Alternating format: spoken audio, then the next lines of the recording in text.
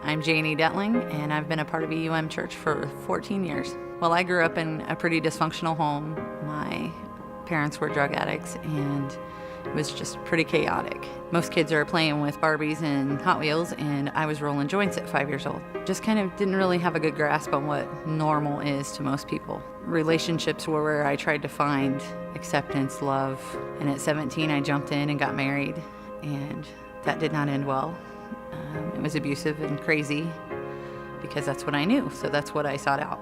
Went through about 6 months and went through a divorce from that. And then about 2 years later, I got pregnant with my oldest daughter. And I had made a decision along the way that I didn't want to live the same life that I had grown up with, but I didn't really know how to live that out. And so somebody invited me to church when I was pregnant, and I found the Lord and accepted Christ, but still didn't really know what to do with that. I faithfully went to church, but on Saturday night I'd go out and I'd drink and I'd stay out all night, and then I'd get up and go to church the next morning. And I would sit in the bar and I would tell people about Jesus, so I was justifying what I was doing. When my second daughter was about a week old, their dad left and left me to raise the little ones on my own, but I still hadn't done any work on myself, and I still didn't know what God was trying to do with me. So I went to the bar again, met another guy, and ended up pregnant shortly after that and had my son. I think God takes you to a place of complete desperation so that you will really try to work on, okay, what needs to happen here? Because that marriage was hell. I came to EUM Church kind of in the throes of that craziness. Went for a couple years, kept my mask on, didn't really let anybody know how bad things were.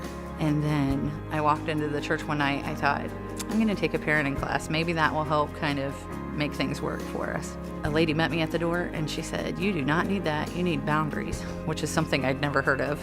And I took that class and it forever changed my life.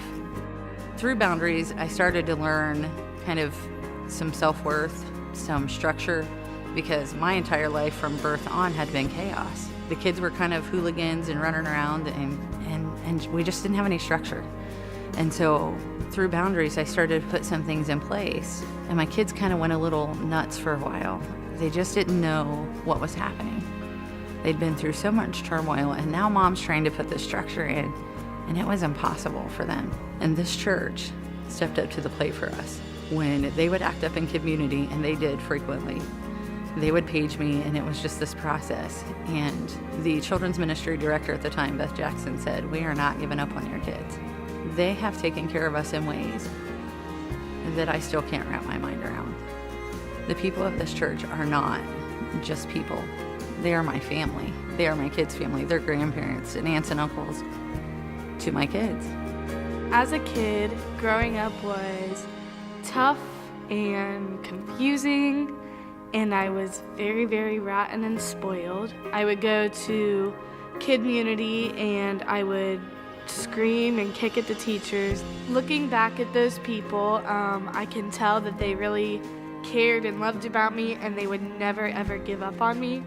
When I changed was a couple years back when I had gone to my last year of Camp Wilder, and there was a person at camp, my counselor, who I grew up with as well, so she was a mentor to me, and she helped me kind of change my life around. My mom and I's relationship has been 100 times better, and she's pretty much my best friend now. If I could tell anybody that helped me as I was growing up, is that I love them and that they have blessed me so much in my life, and I just want to give back to them as much as I can for the love that they showed me.